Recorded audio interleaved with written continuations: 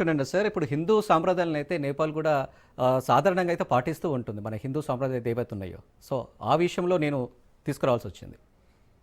ఇప్పుడు నేపాల్ ఒక సర్వసత్తాక దేశం. భారతదేశం ఒక సర్వసత్తాక దేశం. చైనా ఒక సర్వసత్తాక దేశం. ఈ దేశాలన్నిటికీ ఒక విదేశాంగ విధానం లేదా ఉంటుంది. ఇవన్నీ కూడా సరిహద్దుల్లో కలిగి ఉన్నటువంటి ఉమ్మడి సరిహద్దులు కనుక ఉన్నాయి గనుక ఆ సరిహద్దు సమస్యలు ఏమైనా ఉంటే పరిష్కరించుకోవాలి. అందుకని మతానికి ఇక్కడ అసలు చోటు ఎక్కడ ఉంది? మతానికి చోటే లేదు ఇక్కడ. హ్మ్. Okay sir. సరే ఇప్పుడు నేపాల్ ఏదైతే ఇప్పుడు ముద్రించిన 3 ప్రాంతాలు అయితే ఉన్నాయో సార్ అవి మన ఇండియాకైతే సెక్యూరిటీ పరంగా అయితే చాలా కీలకమైనవి. అంతే పాటుగా నేపాల్ కూడా మాకు కూడా ముఖ్యం అంటుంది. సో, ఏ Yes. విధంగా చూడాలి? అందుకనే ఇప్పుడు నేపాల్ మాకు ముఖ్యమని చెప్తా ఉంది. మన దేశానికి ముఖ్యం అని చెప్పేసి మనము చెప్తా ఉంది. మూడో దేశం టిబెట్. టిబెట్ అంటే చైనా. హ్మ్. వాళ్ళు కూడా మరి మీ ఇద్దరేనా మరి మా సంగతి ఏమిటని చెప్పేసి వాళ్ళు కూడా రంగంలోకి వచ్చారనుకోండి. అంటే మూడు పక్షాల మధ్య ఉన్నటువంటి వివాదంగా మారుతుంది. ఇప్పటి వరకైతే చైనా అటువంటి క్లెయిమ్ ఏమీ చేయలేదు ఇంతవరకు. మాకు అక్కడ డిస్ప్యూట్ ఉంది ఈ కాలపాని ఏరియాలో అని చైనా ఏం డిస్ప్యూట్ చేయలేదు. మరి ఈ రెండు దేశాలు కనుక చైనాతో నిమిత్తం లేకుండా ఏదైనా ఒక ఒప్పందం చేసుకున్నారనుకోండి, మరి మాతో కూడా సరిహద్దు ప్రాంతం ఉంది కదా అని చెప్పేసి చైనా కూడా డిస్ప్యూట్ చేసే అవకాశం ఉండొచ్చు. అందుకని నేనేమంటానంటే మన దేశం అయినా నేపాల్ అయినా చైనా అయినా అటువంటి వివాదాలకు తావు లేకుండా పరిష్కరించుకోవాలనేదే మనం ఎన్నిసార్లు చెప్పుకున్నా అదే. మన దేశం ప్రకటించిన రెండు దేశాలు అంగీకరించాయి ఆ విధంగా. సంప్రదింపుల ద్వారా మనం పరిష్కరించుకుందాం, ఎక్స్పర్ట్లని నియమిద్దాం, భౌతికంగా సర్వే చేద్దాము. ఇవన్నీ టెక్నికల్ కమిటీలు, ఎక్స్పర్ట్ కమిటీలు, సర్వేయర్లు వీళ్ళన్నీ కూడా ఉన్నాయి, నడుస్తున్నాయి. కాకపోతే ఏంటంటే ఎక్కడ వేసిన గొంగళి అక్కడే అన్నట్టుగా వివాదం ఎక్కడైతే ప్రారంభమైందో 40 ఏళ్ళ నుంచి అక్కడే ఉంది. ఎవరు వెనక్కి తగ్గట్ల. మన దేశము మన వైఖరిని సడలించుకోవట్లేదు, నేపాల్ తన వైఖరిని సడలించుకోవట్లేదు. అయితే మరి ఎందుకని మధ్య మధ్యలో ఎందుకని వస్తున్నాయి అంటే ఆయా దేశాల్లో ఉన్నటువంటి రాజకీయ పరిస్థితులు కూడా మనం చూసాం. గాల్వాన్ లోయ ఉదంతాలు జరిగినప్పుడు ఇక్కడ ఉన్నటువంటి ఆర్ఎస్ఎస్ లేకపోతే వీళ్ళందరూ కూడా ఇష్టం వచ్చినట్టు చైనా వ్యతిరేకతని ముందుకు తీసుకొచ్చారు. అక్కడ నేపాల్లో కూడా అక్కడ అక్కడ జరిగినటువంటి రాజకీయ పరిణామాల్లో కూడా కొన్ని పార్టీలు ఈ సమస్య గురించి భారతంతో మనం ఏదో ఒకటి తేల్చుకోవాలని చెప్పేసి అక్కడ ఉన్నటువంటి విద్యార్థి యువజన సంస్థలు కొన్ని పార్టీలు కూడా అదే విధమైనటువంటి ఆందోళన చేశారు. అందుకని ప్రభుత్వాలు అనుసరించేటువంటి వైఖరి, అఫీషియల్ వైఖరి వేరుగా ఉంటుంది. ఇతర సంస్థలు, రాజకీయ సంస్థలు అనుసరించేటువంటి వైఖరి భిన్నంగా ఉంటుంది. మరి అదే ఆర్ఎస్ఎస్, బీజేపీ మరి చైనా వ్యతిరేకమైనటువంటి చేసిన 5 సంవత్సరాల తర్వాత మరి అదే నరేంద్ర మోడీ గారు ఆ నాయకుడేగా, ఆ ఆర్ఎస్ఎస్ నుంచి వచ్చినటువంటి కుదురు నుంచి వచ్చినతనే కదా. మరి చైనా తోటి సాధారణ సంబంధాలను ఎందుకు ఏర్పాటు చేసుకున్నారు? చైనాతో వ్యతిరేకతని కంటిన్యూ చేయట్లేదుగా. అందుకని దేశాల మధ్య సంబంధాలు వేరు, భావజాలం వేరు, రెచ్చగొట్టడం వేరు అనేది మనం మూడుగా చూడాలి. సార్ కోటేశ్వర గారు, ఇప్పుడు చైనా ఎంగిలి మెతుకులకు నేపాల్ పాలకులు ఆధారపడుతున్నారని వస్తున్న ఆరోపణలు నిజమే అంటారా? ఆ విధమైనటువంటి ఎంగిలి మెతుకులని ఎందుకు అనుకోవాలి? ఒక స్వతంత్ర అంటే దేశాన్ని ఇప్పుడు ఈ ఇప్పుడు విధంగా ఉదాహరణకి ఇలాంటి దుశ్చర్యకు పాల్పడడం కూడా అందుకు అనుకోవచ్చు కదా సార్, కొన్ని కారణాలు కూడా ఉంటాయి కదా సార్. ఎందుకంటే ఎప్పటి నుంచో మన ఇండియాపై ముద్రిస్తున్న నోటుని ఇప్పుడు మళ్ళీ ఈ భూ వివాదాల కారణంగా చైనాతో చేతులు కలిపి మనకు సంబంధించిన భూములకు సంబంధించి మళ్ళీ అదే నోటుపై ముద్రించడం, చైనా అండ చూసుకొని ఈ విధంగా విర్రవీగుతుంది అనుకోవచ్చు కదా సార్. నేను అదే చెప్పాను. చైనాలో కాకపోతే మరొక దేశంలో ముద్రిస్తారు. అప్పుడు మరి ఆ దేశం ఎంగిలి మెతుకులు అని చెప్పేసి మనం దానికి నేపాల్ కారణం అంటాం. ఏంటి సార్ అసలు? మనతో ఉన్న ఇన్ని ఏండ్ల బట్టి మన ఇండియా కరెన్సీ నోటు వాళ్ళ ముద్రించిన తరుణంలో ఇప్పుడు పక్కదారి పట్టడం వెనుక చైనా అయితే ఏంది, వాట్ ఎవర్ కంట్రీ అయితే ఏంటి, అలాంటి కారణం ఎందుకు వచ్చింది అనేది మెయిన్ పాయింట్ కదా సార్. అవి అంతర్జాతీయ రాజకీయాలు, ఇరుగు పొరుగు దేశాలతో ఉన్నటువంటి సంబంధాలు, మన దేశం అనుసరించేటువంటి వైఖరి కావచ్చు, లేదా నేపాల్ అనుసరించేటువంటి వైఖరి కావచ్చు. ఇప్పుడు ఉదాహరణకి మనం ఆ ఆ, బంగ్లాదేశ్ తోటి మన సంబంధాలు ఉన్నాయి. బంగ్లాదేశ్ తో మరి నిన్నటి వరకు షేక్ హసీనా పదవిలో ఉన్నంతకాలం మనకి బంగ్లాదేశ్ మిత్ర దేశం. మరి ఇవాళ బంగ్లాదేశ్ మనకి మిత్ర దేశం కాదు కదా. అందుకని ఆ రోజు ఉన్నటువంటి సంబంధాలు, బంగ్లాదేశ్ భారత్ మధ్య ఉన్నటువంటి సంబంధాలు ఈ రోజు ఎందుకు ఉంటాయి? అదే విధంగా ఇప్పుడు శ్రీలంక ఉన్నది. శ్రీలంక ఉన్నది. శ్రీలంక దక్షిణ ప్రాంతంలో అంటే మనకి ఉత్తర ప్రాంతంలో అంటే మనకి దక్షిణ ప్రాంతం వస్తుంది. మన తమిళనాడుకి దగ్గరలో ఉన్నటువంటి దగ్గర అక్కడేవో చైనా వాళ్ళ పెట్టుబడులతోటి అక్కడేవో కడుతున్నారు. అవన్నీ గనక కట్టేట్లయితే మరి మనకు ప్రమాదం అని చెప్పేసి భారతదేశం చెప్తా ఉంది.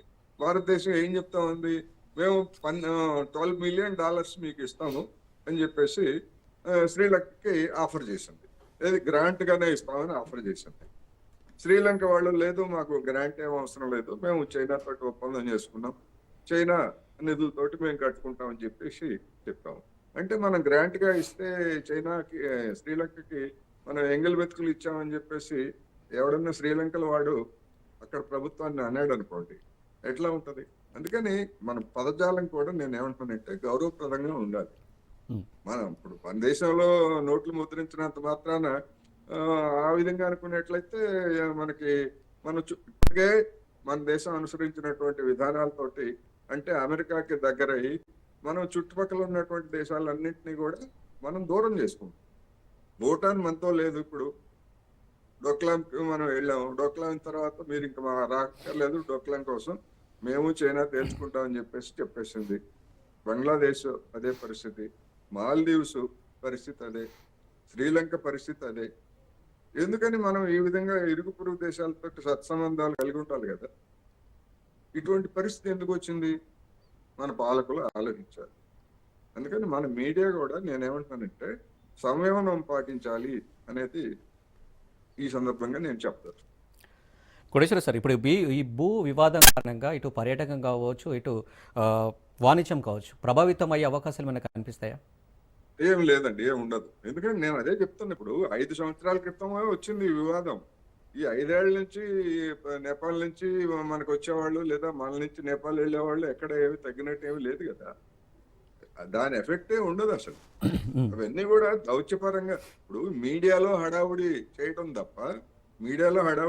తప్ప నేపాల్ ప్రభుత్వం తాపీగానే ఉంది, నరేంద్ర మోడీ సర్కార్ కూడా తాపీగానే ఉంది. 2 దేశాలు కూడా అభ్యంతరాలు తెలియజేస్తాయి. ఏదైనా వివాదం వచ్చినప్పుడు లేదు ఇది మాదే, మేము మరొకసారి చెప్తున్నాం. ఇప్పుడు ఉదాహరణకి మొన్న ఒక అరుణాచల్ ప్రదేశ్ చెందినటువంటి ఒక మహిళ లండన్ నుంచి వస్తూ షాంఘై విమానాశ్రయంలో వాళ్ళు అక్కడ పట్టుకొని ఇది పాస్పోర్ట్ చెల్లదని చెప్పేసి ఒక 18 గంటలు ఎంతో సేపు ఆమెను ఆపేసిన సంగతి మనకు తెలిసిందే కదా. అప్పుడు ఏం చెప్పింది భారత ప్రభుత్వం? లేదు ఇది మా అరుణాచల్ ప్రదేశ్ మాదే, మా భూభాగమే, ఈ పాస్పోర్ట్ చెల్లుతుంది అని చెప్పేసి చైనా అధికారులతో మాట్లాడి ఆమెను పంపించేశారు. అంత మాత్రాన 2 దేశాల మధ్య సంబంధాల్లో ఏమీ తేడా ఏమీ లేదుగా. అందుకని ఇలాంటివి జరుగుతూ ఉంటాయి.